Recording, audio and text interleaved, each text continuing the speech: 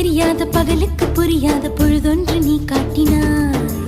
இதயத்தில் நீ இருப்பதனால் நான் தூங்கும் நேரத்தில் என்னுள்ளே தூங்காமல் நெஞ்சுக்குள் வாயாடினாய்.